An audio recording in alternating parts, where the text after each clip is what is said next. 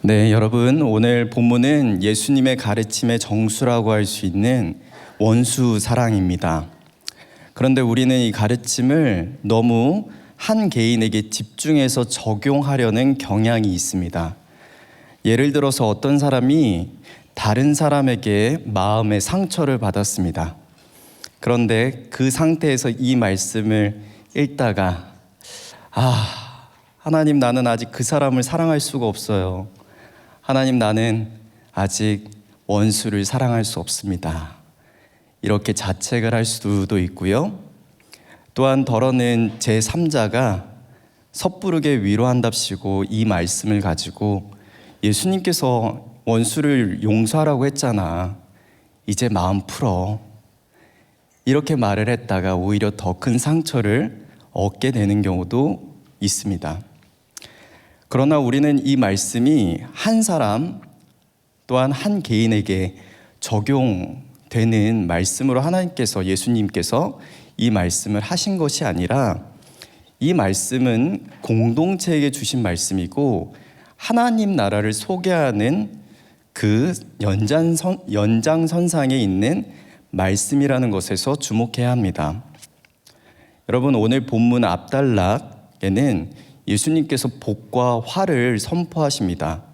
그런데 그 대상은 바로 제자들입니다.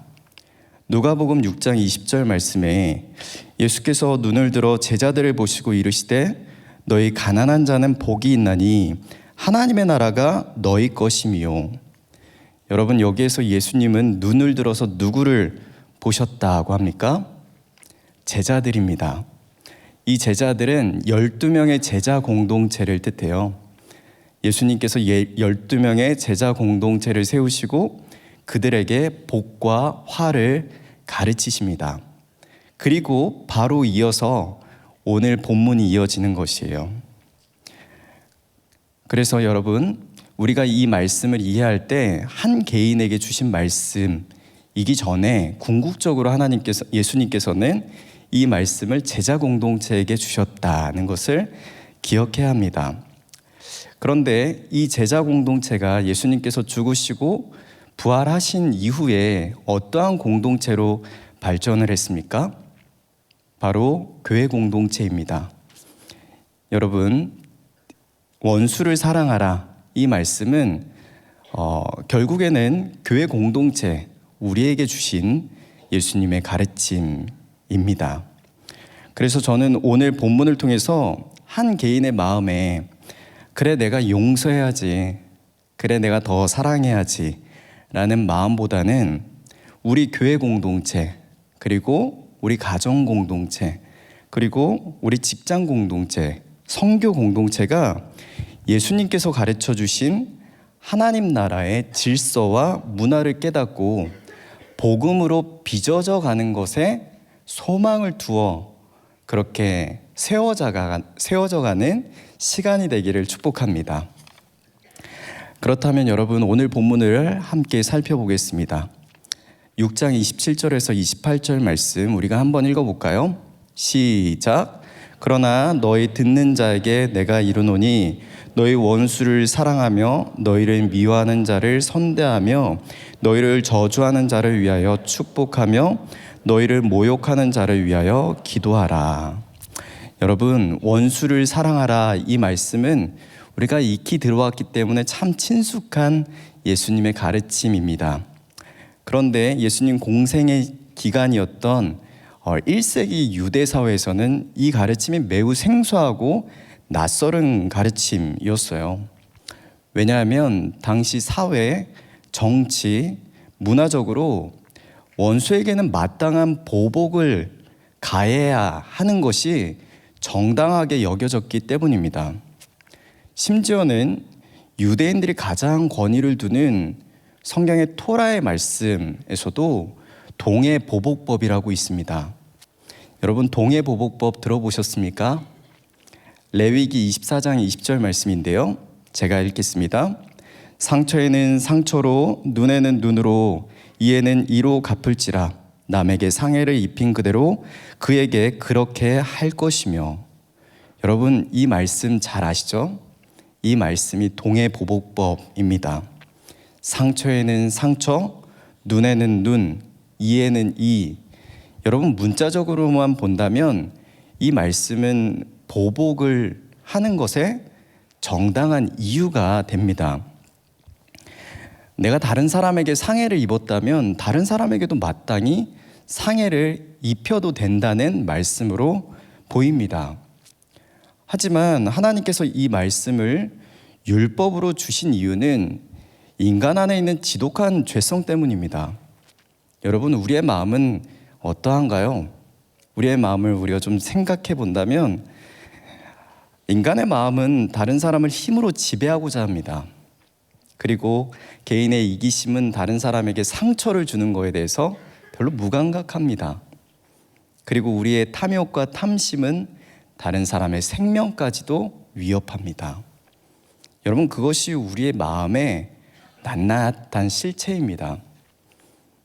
그러한 우리에게 하나님께서는 인간의 악한 죄성의 마음을 아시고 이 동해보복법이라는 것을 주셔서 그렇게 보복하는 것을 사전에 막기 위해서 이런 율법을 주신 것입니다. 예를 들어서 이 보복법이 있다는 것을 아는 사람은 내가 다른 사람에게 상해를 가하는 것조차도 하지 않게 될 것입니다. 그리고 이러한 보복법은 피해자가 생기는 것을 막게도 합니다. 그러나 시간이 흘러서요, 유대 사회는 하나님께서 주신 이 동해보복법을 정말 문자적으로만 받아들여서 다른 사람에게 피해를 받으면 고스란히 그 피해를 되돌려 주는 것 외에는 다른 어떠한 사랑과 용서는 남지 않는 그런 삭막한 사회가 되어버렸습니다. 여러분, 이러한 모습은 비단 유대 사회뿐만 아니라 유대 사회를 점령하고 있었던 로마 제국에도 동일하게 나타났습니다. 1세기 고대 로마 역사가인 타키투스의 글을 보면요, 세자누스는 두루수스가 자신의 얼굴을 때렸다는 이유로 독사를 시킵니다. 여러분, 두루수스는 누구일까요? 두루수스는 티베리우스 황제의 아들입니다. 이 티베리우스 황제는 예수님 공생의 기간에 재위했던 황제입니다. 성경에는 디베료로 기록됩니다. 여러분, 디베료 황제 들어보셨죠? 이 디베료 황제의 아들이 독사를 당했어요. 그런데 그 독사를 한 사람이 세자누스입니다. 이 세자누스는 티베리우스 황제의 신하입니다. 왜 독사를 했다고요? 물론 여러 정치적인 이해 관계가 얽히고 설켜 있겠지만 두루수스가 세자누스의 얼굴을 때린 것이 결국 그 사람을 독사를 시켜야겠다라는 마음이 세자누스 안에 들었던 것입니다. 이처럼 원수를 사랑하라는 말씀보다는 원수를 갚아라라는 말씀이 더욱 정의롭게 여겨지는 사회였습니다. 왜냐하면 당시 1세기 사회에서 개인의 명예는 목숨과도 바꿀 수 있을 만큼 중요한 가치였기 때문입니다. 단적인 예로 여러분, 명성을 높이기 위해서 호의를 베풀었어요. 자신의 명성, 자신의 명예를 높이기 위해서 일부러 호의를 베풀었습니다. 그러면 그 호의를 받은 사람은 그 사람에게 칭찬을 하거나 아니면 봉사나 대중들 앞에서 그 사람의 이름을 높여야 했습니다.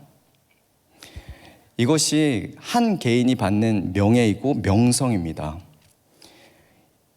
당시 사회에서는 사회적인 인정을 받는 것이 매우 중요한 가치였어요. 자신이 명예로운 사람으로 인정되는 것, 이것에 거의 혈안이 되어 있었던 것입니다. 모든 사람들이 자신이 명예롭게 되는 것. 여러분, 그렇다면 반대는 어떠한 가치가 있을까요? 바로 수치예요. 인간으로서 수치를 당하는 것만큼 매우 불쾌하고 어려운 게 없습니다. 이것은 인간의 존엄성을 파괴하는 일이기도 했습니다. 계속해서 수치를 당한다면 더 이상 사회 구성원으로서 인정될 수 없고 편견과 차별이 매우 심했기 때문에 수치를 당하는 사람을 곁에 두지 않았어요. 오히려 명예로운 사람의 곁에 있길 원했습니다. 하지만 여러분, 명예로운 사람은 어떠한 사람을 곁에 두고자 했겠습니까? 자신과 대등한 명예로운 사람을 곁에 두고자 했습니다. 수치를 당하는 사람, 자신보다 좀 하위에 있다고 생각하는 사람은 곁에 두지 않았어요. 자신과 대등하거나 아니면 자신보다 조금 더 명성이 높고 명예로운 사람을 곁에 두었습니다. 여러분, 이러한 사회가 로마 제국이었어요. 그렇기 때문에 세자누스가 신하였는데도 불구하고 황제의 아들인 두루수스를 죽일 수 있었던 이유는 자신의 명예가 실추되었고 수치를 당했기 때문에 이제는 두루수스가 자신이 죽여도 되는 원수가 되어버린 것입니다. 여러분, 그러나 하나님의 나라에서의 기초는 이러한 모습이 아닙니다. 헬라 로마 제국의 기초를 이루는 것이 힘과 명예였다면 이제 예수님께서 가르치시는 하나님의 나라의 기초는 무엇일까요? 사랑이에요.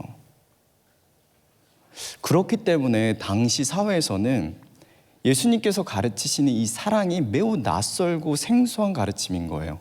왜요? 모두가 다 힘과 명예를 얻기 위해서 혈안이 되어 있는데 예수님의 사랑의 가치는 너무 생소하고 너무 낯설고 보잘것없어 보이는 것입니다. 예수님은 제자 공동체에게 하나님의 나라의 초석을 이루는 사랑을 소개하십니다.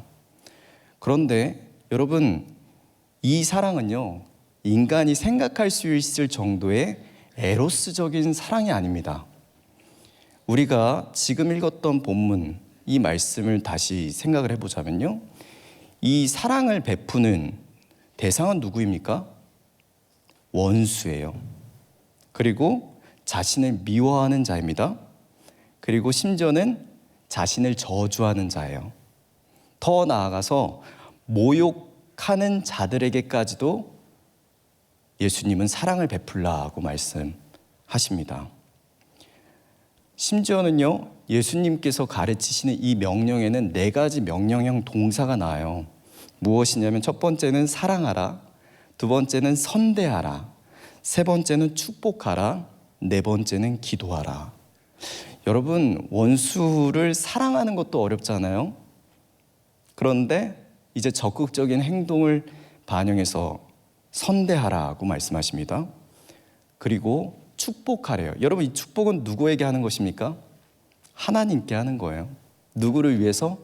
원수를 위해서. 그리고 더 나아가서 기도하라고 말씀하십니다. 그런데 원수뿐만 아니에요. 자신을 미워하는 자, 그리고 자신을 저주하는 자, 모욕하는 사람에게까지 이러한 사랑을 베풀라고 하십니다. 여러분, 이 사랑은 사실 인간이 할 수 있는 사랑이 아닙니다. 이 사랑은 누가 하시는 사랑입니까? 하나님께서 베푸실 수 있는 신적 사랑이에요. 사실 이 사랑은 이후에 예수님께서 십자가에 달려 죽으심으로 우리에게 보여주셨어요. 하나님의 이 신적인 사랑. 예수님을 미워하는 자에게, 그리고 예수님을 저주하고 모욕하는 자에게. 누구였습니까? 바로 우리들이에요. 그러한 우리에게 베풀어 주시는 하나님의 무한하신 사랑입니다. 그래서 여러분, 이 말씀을 통해서 예수님께서 우리에게 주시는 가르침은 무엇이냐면 하나님의 사랑의 범위가 무한하다는 것이에요. 우리는 원수조차 사랑하는 거 얼마나 불가능합니까? 나에게 조그만한 해를 가한 사람에게 사랑 아니고 친절을 베푸는 것도 어렵잖아요. 그런데 하나님께서는 마땅히 그 일을 하셨고, 그래서 하나님은 당신의 사랑의 범위가 아주 무한하다는 것을 우리에게 가르치시고자 예수님께서 이 말씀을 하시는 것입니다. 그 이후에 여러분, 사랑의 구체적인 4가지 실천이 나옵니다. 첫 번째는 이 뺨을 치는 자에게 저 뺨도 돌려대라입니다. 우리가 6장 29절에서 30절 함께 읽어볼게요. 허리를 펴고 집중해서 한번 읽어보겠습니다. 시작. 너는 이 뺨을 치는 자에게 저 뺨도 돌려대며 내 겉옷을 빼앗는 자에게 속옷도 거절하지 말라. 내게 구하는 자에게 주며 내 것을 가져가는 자에게 다시 달라 하지 말며. 여러분, 첫 번째 이 사랑의 실천은 이 뺨을 치는 자에게 저 뺨도 돌려대라입니다. 마태복음 말씀에는 이 뺨, 저 뺨 이렇게 나오지 않고요, 오른쪽 뺨을 치거든 왼편도 돌려대라입니다. 여러분, 오른손이 의미하는 바가 무엇일까요? 히브리어로 야민인데요, 이 야민이 사용된 본문을 살펴보면 오른쪽은 축복, 권능, 영광, 도움에 사용되었어요. 그런데 이러한 영광, 축복, 권능, 도움은 누구에게로부터 받습니까? 하나님께로부터 받는 거예요. 그러면 하나님께로부터 어느 편으로 받습니까? 오른쪽으로 받는다고 생각하는 거예요. 하나님의 축복과 권능과 영광과 도움을 받는 편이 오른편이에요. 그러면 여러분, 오른편이 그 사람에게는 중요합니까? 중요하지 않습니까? 매우 중요한 거예요. 그런데 이 오른편이 맞았어요. 우리가 오른쪽 뺨을 맞으려면 어떻게 맞아야 될까요? 우린 보통 다 오른손잡이잖아요. 그러면 딱 때리면 왼편을 맞는데 오른쪽 뺨을 맞으려면 어떻게 해야 될까요? 그렇죠. 일단 한 대 맞는 거예요. 일단 한 대 맞았어요. 맞고 손등으로 확 친 거예요. 모욕적이잖아요. 한 가지 방법이 또 있습니다. 무엇일까요? 뒤에서 맞는 거예요. 걸어가는데 뒤에서 팍! 여러분, 얼마나 치욕스럽습니까? 그런데 예수님께서는 어떻게 말씀하세요? 오른쪽 뺨을 맞으면 왼쪽 뺨을 대라고 말씀하세요. 어떻게 이렇게 할 수 있을까요? 미시나에 보면요, 고의적인 이 모욕감을 주기 위해서 폭력을 행하면 이 모욕의 정도가 4배래요. 4배만큼 더 모욕적인 행위를 해도 돼요. 보복을 가해도 된다고요? 이게 마땅한 일이었어요. 근데 예수님께서는 아주 생소한 낯설은 가르침으로 오른쪽 뺨을 맞으면 왼쪽 뺨을 대라는 말씀을 하시는 겁니다. 여러분, 여기에서 우리는 하나님 나라의 모습을 봐야 돼요. 하나님 나라의 질서는 여러분, 한 대 맞았다고 해서 한 대 때리는 게 하나님 나라의 질서가 아닙니다. 지금까지 사회는 어떤 사회였다고요? 토라에서조차도 물론 그 의미가 아니었지만 한 대 맞으면 보복할 수 있었어요. 미시나에서 한 대 맞으면 4대 때릴 수 있었다고요. 그게 합법적인 거였어요. 헬라 로마 제국 같은 경우는 어떠했어요? 맞으면 죽였어요. 제가 말씀드렸잖아요. 지금 신하가 이 왕자를 죽인 사건이요, 어디 내 뺨을 이러면서 죽일 수 있는 거예요. 명예가 강조되었기 때문에 그러한 일들이 당연시 여겨졌다고요? 하지만 예수님께서 말씀하시는 것은 하나님 나라의 질서에서는 한 대 맞았다고 한 대 때리는 것이 하나님 나라가 아니다. 그 말씀을 하고 계시는 거예요. 오히려 한 대 맞았으면 한 대 더 때려 라고 왼쪽 뺨을 대는 게 하나님 나라의 가치고 질서고 문화라는 말씀입니다. 여러분, 그런데 예수님께서 이렇게 말씀하시는 이유는 무엇입니까? 여러분, 우리가 보복을 생각해 봐요. 내가 한 대 맞았어요. 그런데 또 한 대를 보복해요. 때려요. 맞은 사람은 그냥 가만히 있겠습니까? 또 보복을 해요. 그러면 또 맞은 사람은 어떻게 해요? 또 보복을 하는 거예요. 여러분, 피해 보복이 계속 이어집니다. 이러한 곳이 어디입니까? 죽고 죽이는 일이 계속 자행되는 거? 그러한 곳이 어디예요? 지옥이에요. 다른 곳이 지옥이 아니에요. 서로 죽이고자 막 노력하고 헐뜯고 때리고, 나 맞았어? 그럼 너 때릴 거야. 여러분, 이곳이 바로 다른 곳이 아니라 지옥이에요. 그럼 예수님께서 이렇게 오른쪽 뺨을 맞으면 왼쪽 뺨을 대라는 하나님 나라의 질서와 문화를 말씀해 주시는 이유는 무엇이냐면, 더 이상 이 보복의 순환을 너의 선에서 끊어달라는 부탁을 하시는 거예요. 누구에게요? 제자 공동체에게요. 누구에게요? 교회 공동체에게요. 그렇게 서로 피해 보복이 있는 그 상황에서 누군가는 맞았으면 왼쪽 뺨을 대야 돼요. 누가요? 예수님께서는 누구에게 말씀하시는 거예요? 제자들에게 말씀하시는 거예요. 이 말씀을 한 개인에게 하신 말씀이 아니에요. 누구에게요? 우리 공동체에게 하시는 말씀이에요. 이게 하나님 나라의 질서이고 문화입니다. 두 번째는요, 예수님은 겉옷을 빼앗은 자에게 속옷도 거절하지 말라고 말씀하십니다. 여러분, 당시에 겉옷은 약간 자루 같았어요. 그래서 목이 뚫려 있고 큰 자루를 이렇게 얹혀 쓰고 허리띠를 동여매는 그런 모습입니다. 안에는 속옷을 입고 겉옷을 이제 걸쳐 입었어요. 여러분, 부자들은 이 겉옷이 몇 개 있었어요. 다양히 있었겠죠? 그런데 대부분이 가난했다고요. 가난한 사람들은 이 겉옷이 한 개 있어요. 그러면 이 한 개 있는 이것이 거의 이 사람한테는 재산이에요.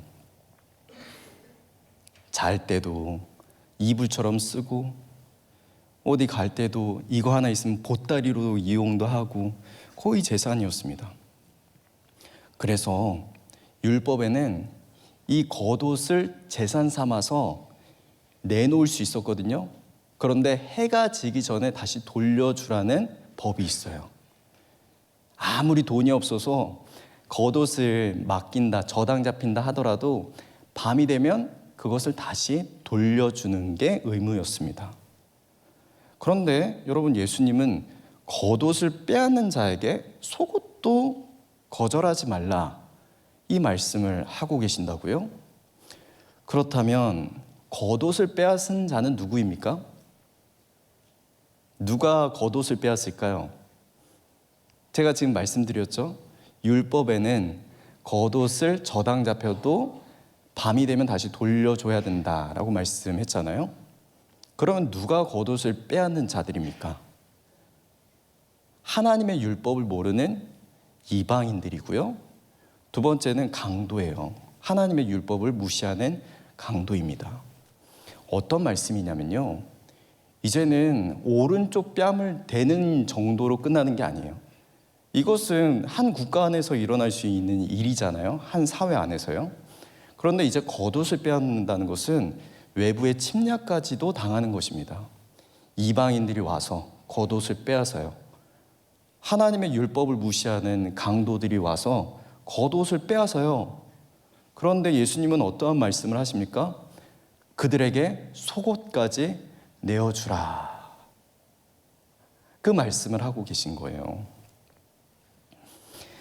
여러분, 예수님께서 말씀하신 이 자비, 이 사랑이 얼마나 이 땅에서의 삶과는 너무 동떨어진 얘기처럼 들립니까? 침략을 당하는 민족을 생각했을 때 겉옷이 벗겨지고 있는데 예수님은 속옷까지 주라고 말씀하시는 거예요. 아니 도대체 이 가르침을 어떻게 우리는 받아들일 수 있겠습니까? 여러분, 하나님의 나라에서는요, 힘보다 무엇이 세냐면 사랑이 세요.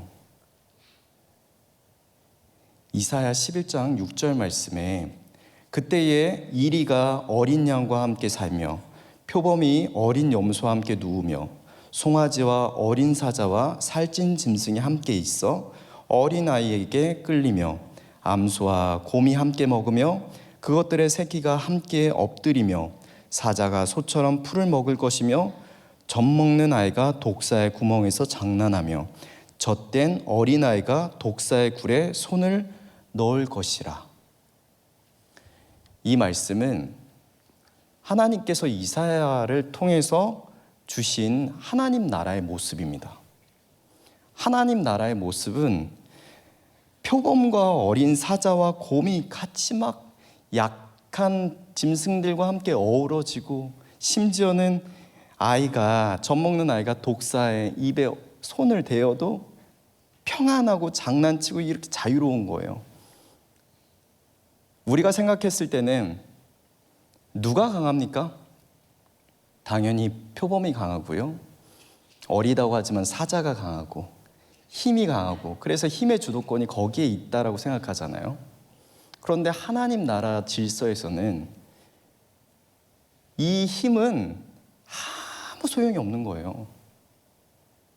무엇이 더 하나님 나라의 가치가 있습니까? 사랑이에요, 사랑. 함께 어우러지고, 함께 끌고, 함께 먹고, 함께 장난치고. 무엇이에요? 이 안에 무엇이 보여요, 여러분? 하나 되게 하는 사랑이 있는 거예요. 힘의 원리가 아니라 사랑의 원리.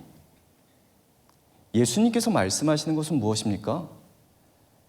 겉옷을 너희에게 달라고 했을 때 너희에게 속옷을 주어도 너희를 다스리고 보호하시는 분이 누구시다? 하나님이시다. 세상에서 봤을 때는 아니 내 겉옷이라도 차고 내 속옷이라도 갖고 있고 빨리 겉옷 빼앗아서 빨리 싸워야 되지 않을까요? 이렇게 생각할 수 있잖아요. 하지만 여러분, 그 주도권이 누가 가지고 있다라는 것을 기억하라는 말씀입니까? 하나님이에요. 하나님이 그 모든 전쟁의 주도권을 가지고 있고, 하나님 나라에서 더 중요하게 여겨지는 가치는 절대 힘이 아니라 사랑이다는 것을 예수님께서 가르쳐 주시는 겁니다. 세 번째는 내게 구하는 자에게 주라입니다. 여러분, 기록에 의하면 헬라 로마 사회는 끊임없이 빈곤이 있었습니다. 가난했어요. 대부분의 사람들이 가난했습니다. 그리고 부채의 소용돌이에 압도되었다고 합니다. 서로 빚지고 항상 그 부채가 가득했대요. 그렇기 때문에 가난한 사람을 동정하거나 도움을 주는 일은 되게 없었어요. 난무했다고 합니다. 그런데 예수님은 너에게 구하는 자에게 주라고 말씀합니다. 네가 어떠한 상황과 환경에 있든지 간에 구하는 자가 있으면 주라. 근데 무엇을 구할지 어떻게 알아요? 그게 양식이든 돈이든 무엇이든지 간에 너한테 구하면 주라고 말씀합니다. 저는요, 사실 우리 교회에서 하는 모든 사역들을 참 사랑하고 존중합니다.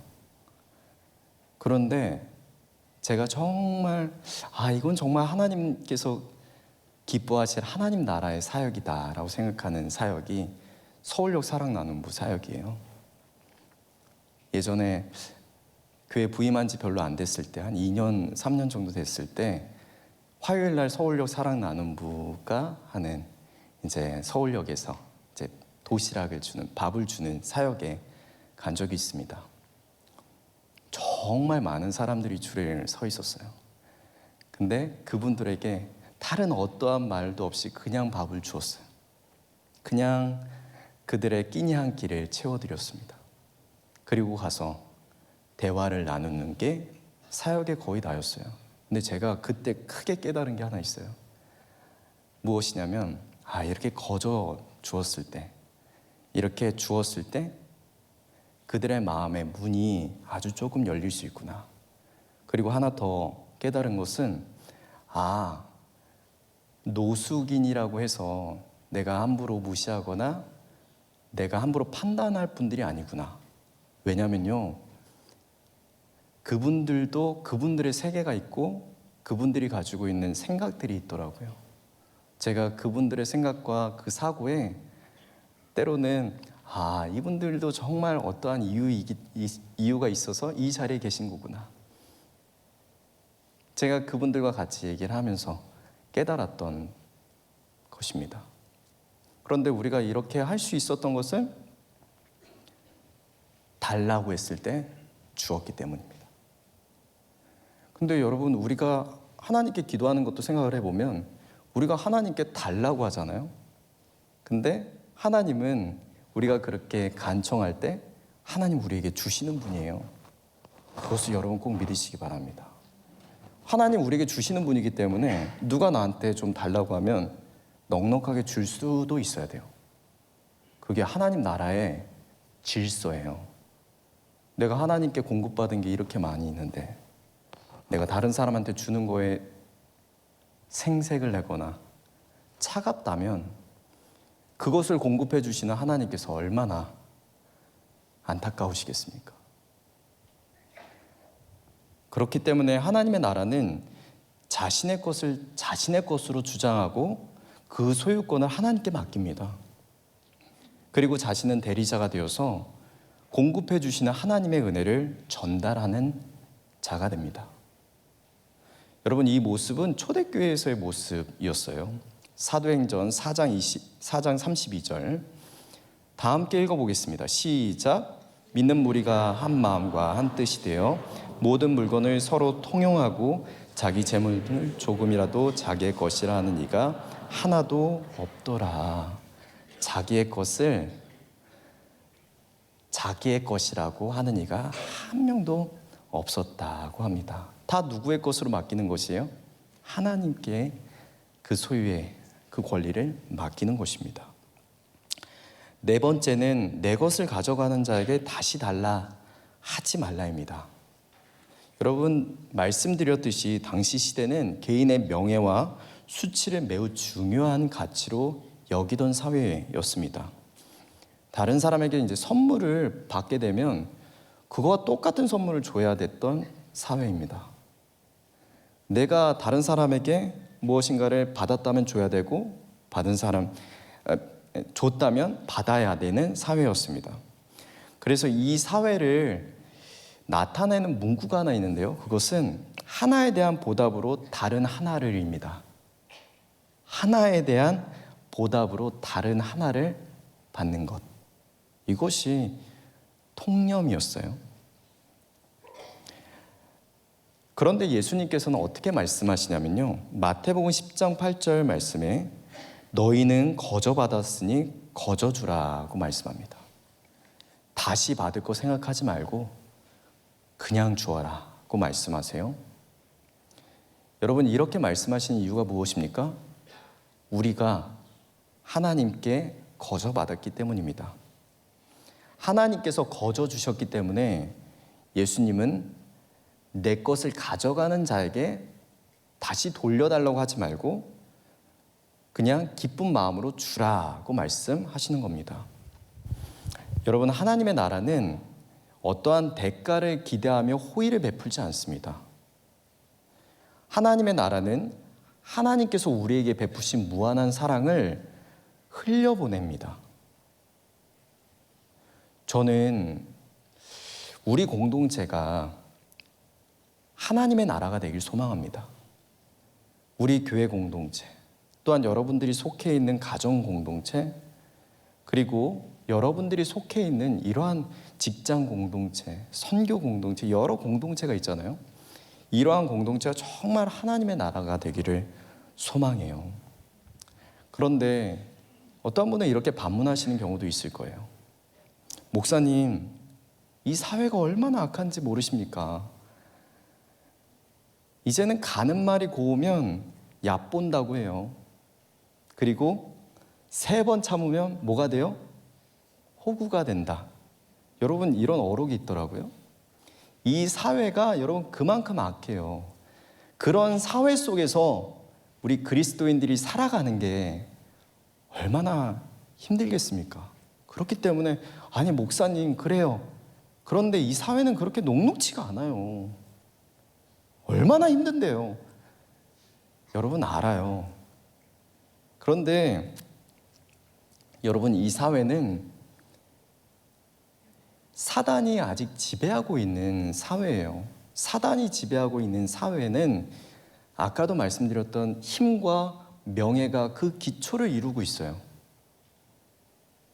그러면 우리는, 그리스도를 주로 시인하고 믿는 우리는 어떠한 가치를 이 세상 가운데 주입시켜야겠습니까? 바로 하나님의 나라의 기초를 이루는 사랑을 이 사회에 계속 주입을 시켜야 돼요. 그렇다면 여러분, 이 땅에서 살아갈 때 우리는 어떠한 사람으로 또 생각할 수 있겠습니까? 어리석다. 그런데 우리는 어떤 또 주장을 해야 됩니까? 맞아요. 우리는 어리석어요. 우리는 미련한 자이기도 해요. 세상에서 말하는 가치에 반대되어서 우리는 무엇의 가치를 추구하기 때문에요? 하나님 나라의 가치를 추구하기 때문에 세상 사람들이 봤을 땐 미련해요. 그런데 여러분, 우리에게 하나님께서 주시는 도전은 무엇이냐면 그들과 반대되는 원리로 살아라입니다. 세상과는 반대되는 하나님의 나라의 질서와 문화대로 살아가라는 도전을 우리에게 하시는 거예요. 여러분, 저는 이 도전이 좀 더 구체적으로 보면 십자가 사랑의 원리라고 믿습니다. 우리는 이 사회에서, 이 땅에서 어떻게 살아가야 하냐면 십자가 사랑의 원리를 가지고 살아가야 합니다. 이 십자가의 사랑의 원리는 세상 사람들이 봤을 때는 어리석은 원리라고 하겠습니다. 그러나 하나님께서 십자가 죽음 이후에 아들 예수 그리스도를 부활로 이끄셨다는 것도 우리는 기억해야 합니다.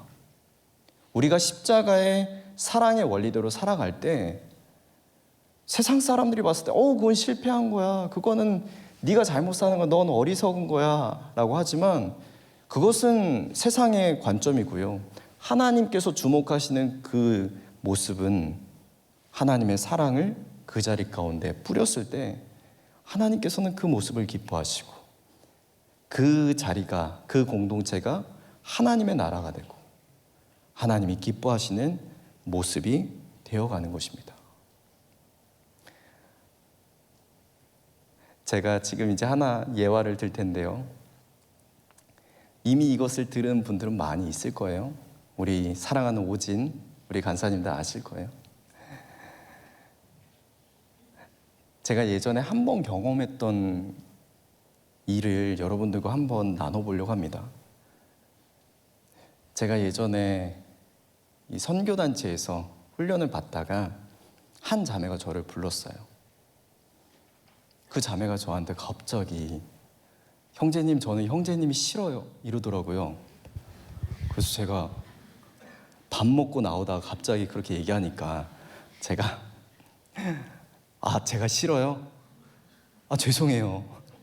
제가 뭘 잘못했을까요? 이랬는데, 아니요, 그냥 싫어요 이러더라고요. 그래서 내가 싫구나.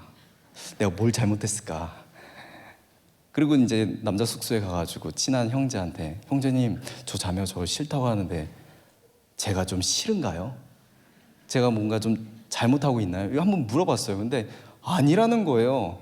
그래서 뭐지? 이렇게 생각하고 그 자매랑은 좀 거리를 두고서 이제 지냈어요. 왜냐면 저를 싫다고 하니까요. 저 나름대로 노력을 했죠. 근데 이제 그 훈련의 마지막 코스는 전도여행입니다. 전도여행은 이제 3지만까지 쓰게 되는데요. 그 3지망 중에 한 나라를 이제 가게 되는 거예요.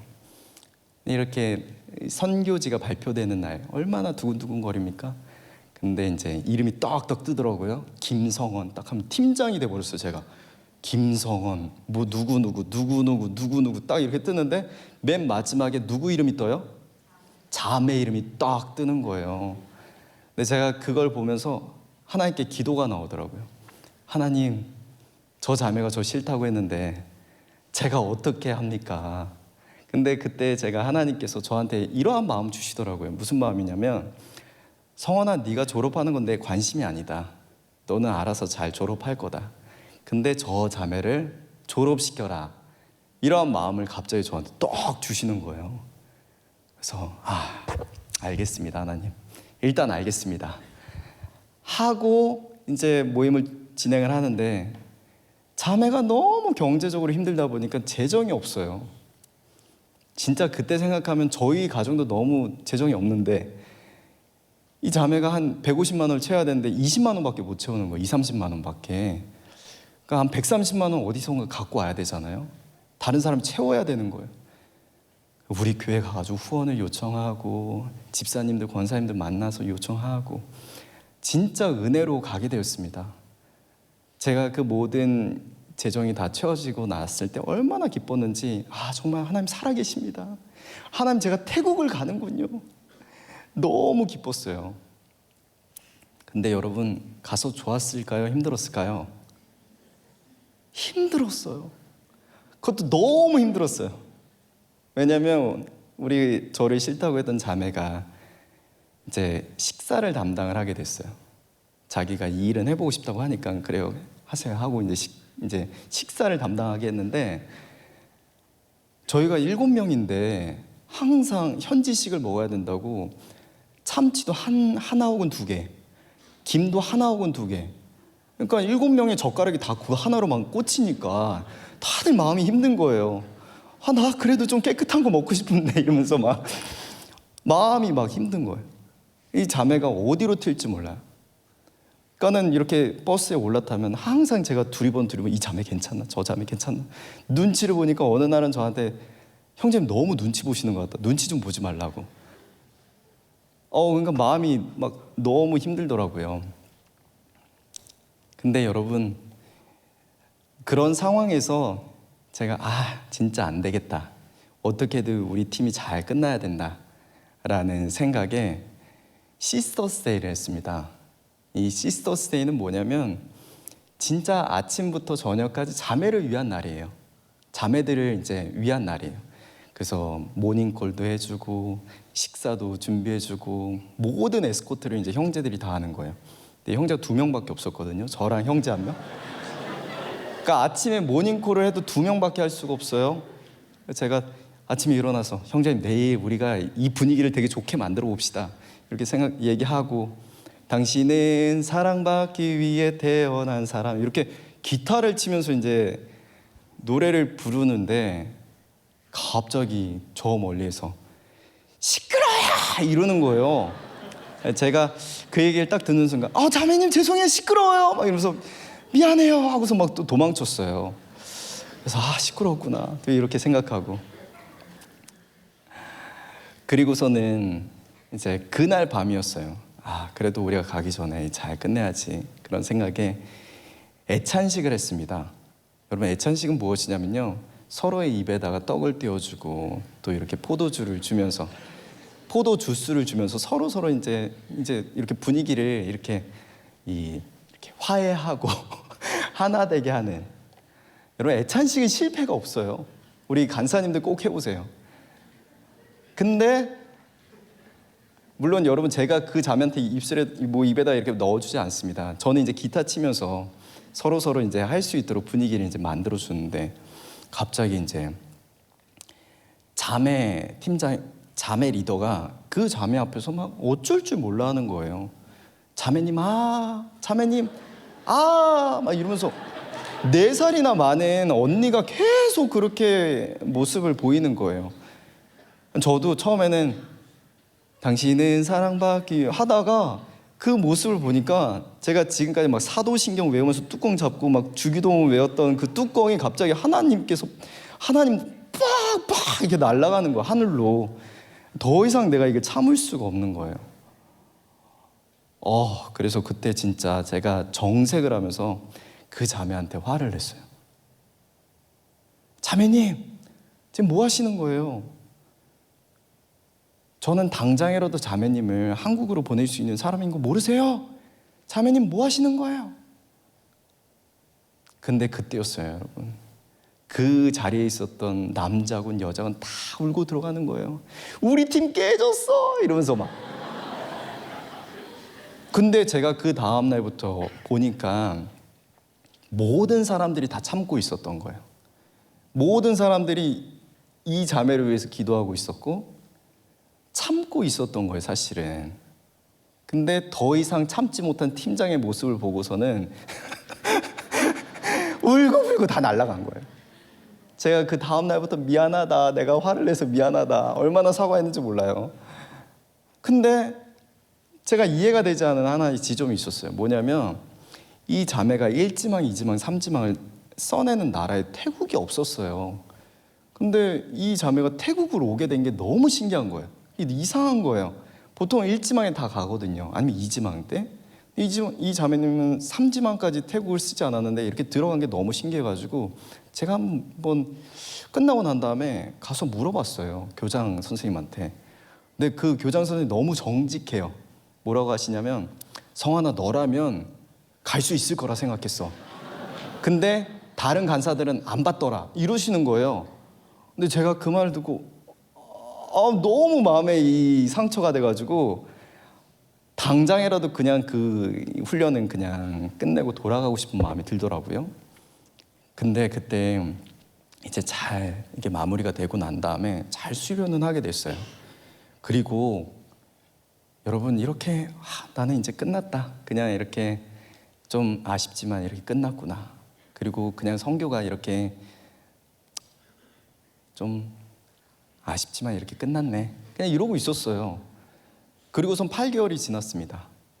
그때는 여러분 싸이클럽이라고 있었어요. 싸이클럽에 자기 은혜 받았던 내용 막 이렇게 올리고 그랬어요. 근데 8개월 정도 지나고 난 다음에 그 자매가 글을 하나 올렸어요. 그 글이 무엇이냐면, 저희 팀 이름이 해피타일랜드였거든요. 사랑하는 해피타일랜드, 나는 어려서부터 아버지한테 학대를 당하고 형제들한테 몹쓸 짓을 당하고 항상 학교에서는 왕따였고 나는 전혀 용납과 사랑을 받지 못했는데, 여러분과 함께 했던 이 시간, 이 선교에서 내가 정말 하나님의 사랑을 많이 받았고 용납과 사랑을 알게 되었습니다. 그냥 여기서 끝났으면 좋았을 텐데, 성원 오빠 미안해 이렇게 딱 하면서 딱 이러면서 제가 그거 미안하네 그 밑에 그 아까 얘기했던 이랬던 진아 언니 미안해 이런데 진아도 미안하네 이러면서 눈물이 막 근데 그때 저한테 하나님께서 주신 그 마음이 딱 기억나더라고요. 성원아, 너가 졸업하는 건 내 관심이 아니다, 얘를 무조건 졸업시켜라. 그때 알았어요. 사랑이 얼마나 위대한지 알았어요, 사실. 그때 돈이든 힘이든 이 모든 것이 다 사랑 앞에서는 무너지는구나. 여러분, 지금도요, 제가 한 17년 됐거든요, 이렇게 지난 지가. 17년 지나도 어색하지 않게 연락할 수 있는 유일한 분이에요, 그 자매가. 저를 싫어한다고 했잖아요. 그 싫어한다는 이유를 제가 나중에 알았는데, 제가 되게 편하게 산 줄 알았대요. 근데 저 되게 힘들게 살았거든요. 그래서 제가 나 진짜 힘들게 살았어요 이렇게 하면서 이제 오해가 풀렸지만 그 자매에게 사실 우리가 무엇을 했겠습니까? 어떻게 보면 그냥 겉으로 봤을 때 다 그냥 참는 거였어요. 그냥 진짜 다 인내하는 거, 참아주는 거. 근데 그분에게는 어떻게 느껴졌냐면, 나를 용납해 주는 거, 나를 기다려 주는 거, 그리고 내 인생에서 처음 사랑을 느끼게 해준 거. 여러분, 우리가 속해 있는 공동체에서 여러분의 마음을 계속 비수를 꽂게 하는 어떤 사람이 있습니까? 우리가 속해 있는 가정 안에서 나를 계속 힘들게 하는 어떤 분이 있어요? 교회 안에서, 직장 안에서 계속 여러분들을 괴롭히고 힘들게 하는 어떠한 사람이 있습니까? 저는 여러분들의 그 고통의 순간이 가득한 그 공동체가 하나님의 나라가 되길 소망하며 기도하시길 축복합니다. 그곳에서 하나님의 임재와 하나님의 은혜가 부어진다면, 이루 말할 수 없는 그 사랑이 부어지면 여러분 누구든 그리스도의 사람으로 변화되어지고, 그가 하나님께 돌아올 때 하나님은 놀랍게 역사하세요. 저는 정말 바라고 원하는 것은 여러분들 한 사람 한 사람이 예수님의 귀한 제자들이기 때문에 그러한 삶을 피하지 말고 도전해 보시기를 축원드려요. 때로는 내가 한번 기다려줘야 될 때가 있을 수 있어요. 때로는 내가 한번 참아야 될 때가 있을 수도 있어요. 때로는 내가 예수님의 사랑과 같이 십자가에 달려 죽는 듯한 고통을 당해야 될 때도 있어요. 그런데 여러분 잊지 마세요. 그 다음에 무엇이 있기 때문에? 부활이 있기 때문에. 8개월 뒤에 싸이월드에 보면서 제가 부활을 경험했어요. 하나님 살아계시는구나. 여러분, 여러분들의 삶에서도 그 하나님의 건지심, 하나님이 어떻게 일하시는지 함께 바라보시는 시간이 있기를 축원드립니다. 아멘. 이 시간 함께 찬양하고 기도하겠습니다. 주 선한 능력으로 함께 찬양하겠습니다.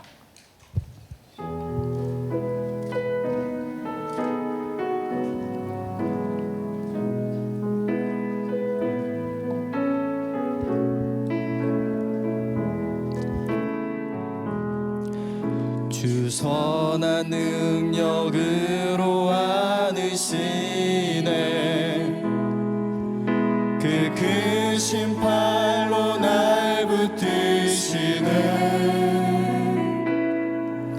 절망 속에도 흔들리지 않고 사랑하는 주 얼굴 구하리. 선한 능력으로 일어서리. 주만을 지하리 믿음으로. 우리 보내 안에 주 오실 그날 영광의 새 날을 맞이하리. 이전의 괴로움 날 애워싸고 고난의 길을 걷는다 해도 주님께 모두 맡긴 우리 영혼 끝내 승리한 나를 받으리. 선한 능력으로 일어서리. 선한 능력으로 일어서리. 주만을 지하리 믿음으로. 우리 고대 안에 주 오실 그날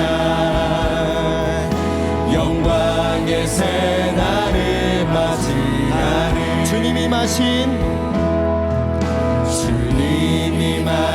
고난의 승자는 우리도 감사하며 받으리.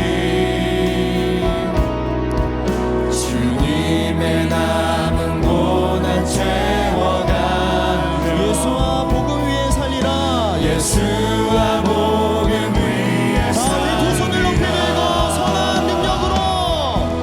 선한 능력으로 일어서리.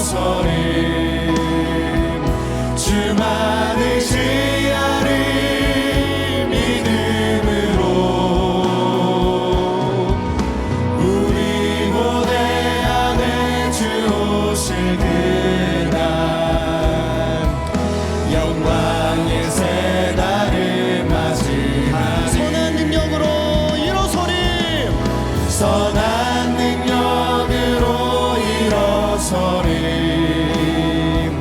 주만 의지하리 믿음으로 우리 고대 안에 주 오시리라 영광의 새날을 맞이하리. 사랑하는 여러분, 이 시간에 우리가 함께 말씀을 기억하며 기도하도록 하겠습니다. 먼저는 공동체에 예수님께서 가르쳐 주신 하나님 나라의 질서와 문화가 바르게 세워지도록 함께 기도하겠습니다. 또한 개인의 탐욕과 탐심, 이기심을 버리고 성령이 다스리시는 사랑의 공동체가 여러분이 속한 공동체가 될 수 있도록, 여러분이 속한 교회 공동체, 그것이 팀, 조, 목장이 될 수도 있겠습니다. 또한 여러분들이 속한 모든 그 공동체에 성령의 하나됨과 사랑의 은혜가 부어질 수 있도록 우리 주여 한번 외치고 기도하겠습니다. 주여